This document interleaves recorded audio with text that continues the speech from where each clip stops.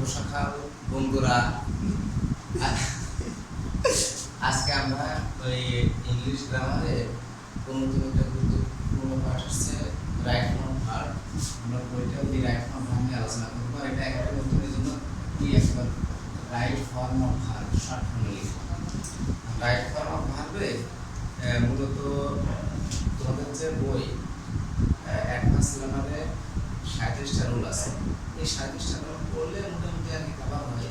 আর এটা ছাড়াও আরও যে বিষয়গুলো জানা দরকার, আমাদের একটা ছোট্ট একটা শিট আকারে আমি মোটামুটি আর কি রাইট ফর্ম ভার্বের যে রুলগুলো ওর মধ্যে মোটামুটি আর কি 90% বেশি রুল হচ্ছে আসলে চলে আসছে। যে শিটটা আসে আমাদের যে 20টা রুলের, এই দুটা বিষয় দেখলে মোটামুটি আর কি রাইট ফর্ম ভার্ব জানতে পারবা। সবচেয়ে বড় বিষয় হচ্ছে যে প্রয়োগটা। আসলে আমরা অনেক সময় প্রয়োগটা বুঝতে পারি না। আসলে প্রয়োগ রাইট ফর্ম ভার্ব যখন আর কি ওই 4 নম্বরে যখন করা হয়, এখানে এই প্রয়োগে কিছু সমস্যা আছে। বাচ্চারা আছে এই প্রয়োগে কোন জায়গায় আসলে কোন টেন্স অথবা কোন জায়গায় প্যাসিভ হবে, এই জায়গাগুলোতে মূলত সমস্যা হয়। দেখুন এইরকমই একটা রাইট ফর্ম ভার্ব, এটা সম্ভবত মনে করছে 7 বা 8 4 নাম্বার। এই 4 নাম্বার তোমরা কি করো, 4 নাম্বার নিয়ে আমরা একটু কথা বলি।